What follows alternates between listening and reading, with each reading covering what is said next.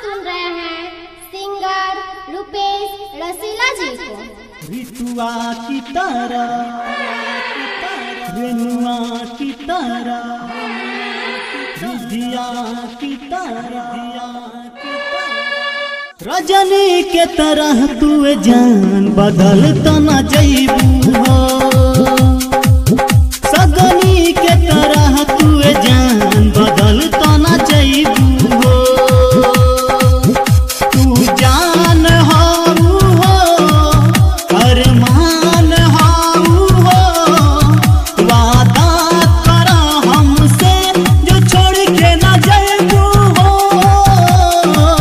रजनी के तरह तू जान बदल तो न जइबू हो।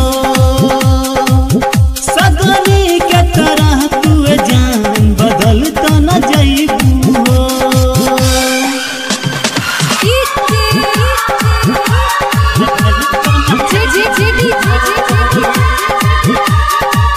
तू भले भूल जइबू, हम न तोहे भुलाई। आव कल तू वादा, सातो जन्म ले निभाई। तनी खाला हई सर के कसम, एह दिल पर नहीं देबू जखम। कौन के बतियाबू हो, हमके न रोइबू हो। अखिया से अखिया मिलाला, साथ निभाइबू हो।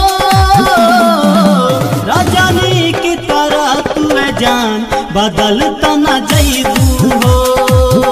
सगनी की तरह तू जान बदल तो न जइबू हो। रिकॉर्डिंग स्टूडियो बढ़ारा। आप सुन रहे हैं सिंगर रुपेश रसीला जी को।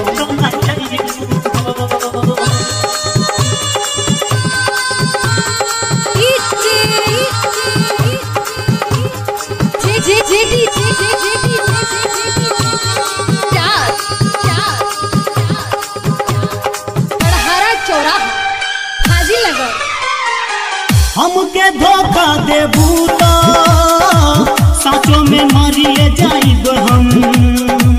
नाजुक दिल बा दीवाना, कह न पाई गम। कि जमाना कुछ कर न पाई, न सहाई तोहर बेवफाई। कहले रसीला रुपेश राजकुमारा कैलस आएस। अपना हाथ से संदीप के तू खियाबू हो। रजनी की तरह तू जान बदल